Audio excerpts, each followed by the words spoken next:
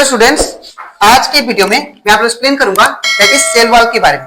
हम लोग class 9 science का चैप्टर 5 कर रहे थे, that is the fundamental unit of life. आज का वीडियो लेक्चर नंबर 6 है। इसके पिछले वीडियो में मैंने आप लोग को दैट इज लेक्चर 1 से लेके लेक्चर 5 तक मैंने आप लोग एक्सप्लेन किया था दैट इज प्लाज्मा मेम्ब्रेन के बारे में, दैट इज जिसको हम लोग सिलेक्टिवली परमिएबल मेम्ब्रेन भी बोलते हैं, ठीक है। और इसी के साथ साथ मैंने आप लोग को ऑस्मोसिस क्या होता है, डिफ्यूजन क्या होता है और दैट इज सेल और उसके टाइप्स के बारे में बताया था, ठीक है। तो अगर आपको ये सारा टॉपिक अच्छे से सीखना है तो आप लोग उसको मेरे YouTube चैनल में जाकर उसको देख सकते हो, ठीक है। इसी के साथ साथ अभी तक मैंने क्लास 9 साइंस का chapter 1, chapter 2, chapter 3 and chapter that is 8, chapter 9, chapter 10, chapter 11, chapter 12, इन सभी चैप्टर का जितना भी टॉपिक था मैंने हर एक टॉपिक मैंने आप लोग को डिटेल में एक्सप्लेन किया है, ठीक है। तो अगर आपको सारा टॉपिक अच्छे से सीखना है तो आप लोग उसको मेरे YouTube चैनल में जाके उसको देख सकते हो, ठीक है। इसी के साथ साथ मैंने आप लोग को चैप्टर 8, 9, 10 का जितना भी न्यूमेरिकल क्वेश्चन था वो सारा न्यूमेरिकल क्वेश्चन मैंने आप लोग को दैट इज डिटेल में एक्सप्लेन किया है। तो अगर आपको numerical question that is exercise का और इनसाइड द बुक का अगर अच्छे से सीखना है तो आप लोग उसको मेरे YouTube चैनल में जाके उसको देख सकते हैं, ठीक है। मैंने हर एक चैप्टर का दैट इज प्लेलिस्ट बना के अपलोड कर दिया है, ठीक है। तो स्टार्ट करता है क्लास। यहाँ पे सबसे पहले हम लोग सीखेंगे सेल वॉल के बारे में। तो यहाँ पे जो लास्ट क्लास हम लोग पढ़े थे दैट इज लेक्चर 5 में मैंने आप लोगों को समझाया था प्लाज्मा मेम्ब्रेन के बारे में, ठीक है। तो प्लाज्मा मेम्ब्रेन एक टाइप का बोल सकते हैं, एक ऐसा मेम्ब्रेन है जो क्या करता है, ओस्मोसिस प्रोसेस करता है, ठीक है। वो क्या करता है सिलेक्टिवली, जिसको हम लोग सिलेक्टिवली परमिएबल मेम्ब्रेन भी बोलते हैं। वो क्या करता है सेल के अंदर जो दैट इज इंपॉर्टेंट, जो इंपॉर्टेंट सब्सटेंस होता है उसको एंटर करवाता है, ठीक है। और जो अनवांटेड सब्सटेंस होता है सेल के अंदर उसको बाहर कर देता है। दैट मीन्स इन और आउट करने में हेल्प करता है, दैट इज प्लाज्मा मेम्ब्रेन।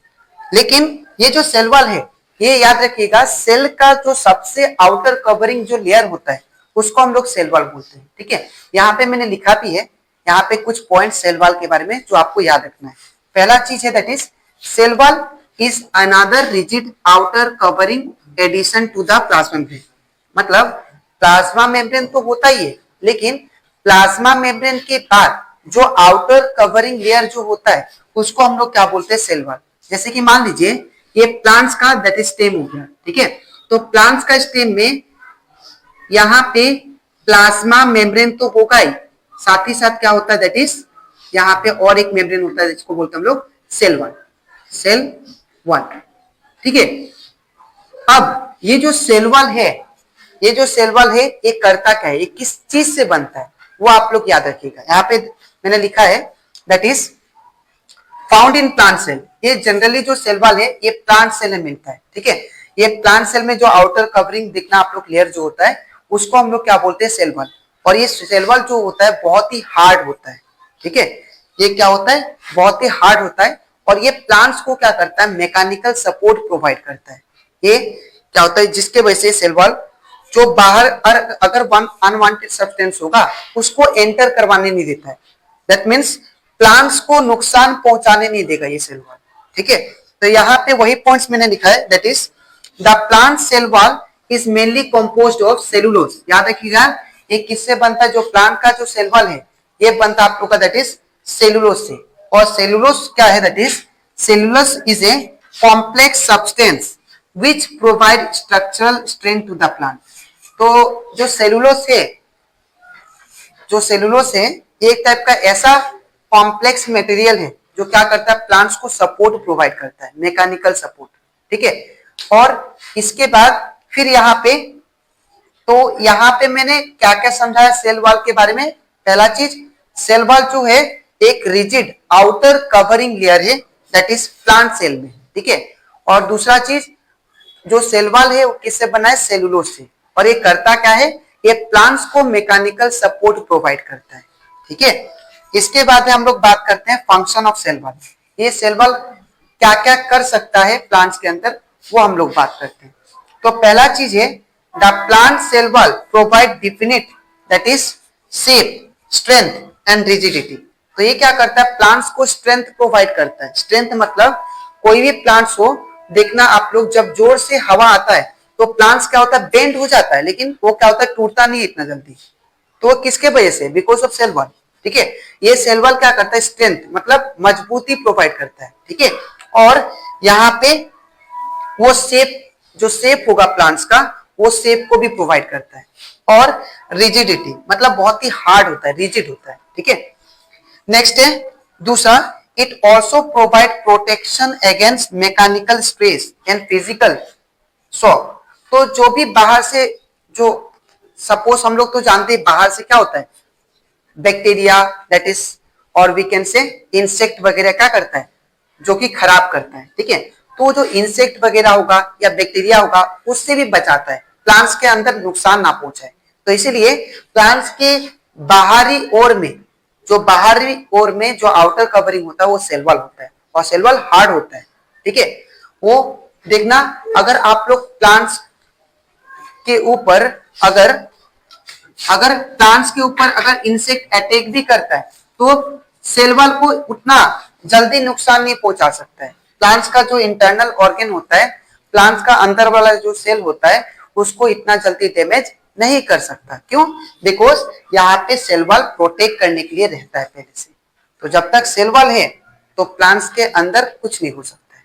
ठीक है, उसके बाद अब यहाँ पे next third point, it prevents water lose from the plant cell. अब ये क्या करता है, प्लांट सेल से वाटर लूज ना हो, ठीक है, उससे बचाता है, जैसे कि प्लांट से वाटर ना निकले। ठीक है, तो प्लांट्स के अंदर वाटर लॉस ना हो, उसको भी प्रिवेंट करने वाला कौन है, दैट इज सेल वॉल। ठीक है, तो ये था दैट इज सेल वॉल का कंसेप्ट। तो आई होप आपको ये सेल वॉल का कंसेप्ट भी अच्छे से क्लियर हो गया होगा। ठीक है, तो अब इसके नेक्स्ट स्लाइड में मैं आप लोगों को समझाऊंगा दैट इज प्लाज्मोलाइसिस क्या होता है। ठीक है, तो इसके बाद करते हैं that is next topic, that is plasmolysis क्या होता है। ठीक है, तो प्लाज्मोलाइसिस का मतलब when a living plant cell, अगर मान लीजिए आपके पास लिविंग प्लांट सेल है और वो अपने अंदर से वाटर को लूज करना स्टार्ट कर दे। ठीक है, अगर एक लिविंग प्लांट सेल है और लिविंग प्लांट सेल क्या किया, अपने अंदर से वाटर को लॉस करना स्टार्ट कर दिया। ठीक है, तो कुछ देर बाद देखना आप लोग, वो जो सेल होगा वो अपने आप को श्रिंकेज कर लेगा, श्रिंक हो जाएगा वो सेल। श्रिंक मतलब छोटा हो जाएगा।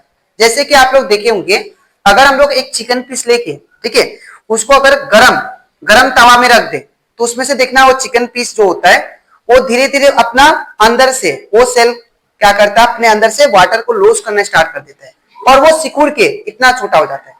तो जो सिकुड़ना हुआ उसको क्या बोलते हैं, श्रिंकेज और कॉन्ट्रैक्शन बोलते हैं। ठीक है, तो अगर आपके पास एक लिविंग प्लांट सेल है, ठीक है, और वो लिविंग प्लांट सेल में से वाटर लॉस हो रहा है, वाटर क्या हो रहा है, वाटर लॉस हो रहा है। ठीक है, तो वाटर का लॉस होना इन ए लिविंग प्लांट सेल, फिर बाद में वो क्या हो जाएगा, वो श्रिंक हो जाएगा। श्रिंक मतलब छोटा हो जाएगा, सिकुड़ जाएगा। ठीक है, उस प्रोसेस को हम लोग क्या बोलते हैं, दैट इज प्लाज्मोलाइसिस। ठीक है, that is loss of water from the living plant cell and result in the shrinkage और कंट्रैक्शन।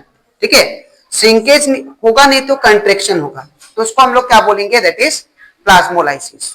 ठीक है, तो ये कंप्लीट होता था हमारा दैट इज प्लाज्मोलाइसिस टॉपिक। तो आई होप आपको ये प्लाज्मोलाइसिस पे अच्छे से क्लियर हो गया होगा। ठीक है, तो आज के वीडियो में दैट इज लेक्चर 6 में मैंने आप लोग को एक्सप्लेन किया दैट इज सेल वॉल के बारे में और प्लाज्मोलाइसिस के बारे में। ठीक है, तो अब इसके नेक्स्ट वीडियो में मैं आप लोग को समझाऊंगा दैट इज न्यूक्लियस के बारे में। ठीक है, और उसके दैट इज फंक्शन के बारे में। तो अगर आपको इसका next topic that is nucleus और उसका फंक्शन अच्छे से सीखना है तो आप लोग उसका नेक्स्ट वीडियो के लिए वेट कीजिए। ठीक है, तो आज के लिए इतना ही, मिलते हैं नेक्स्ट वीडियो में। Thank you.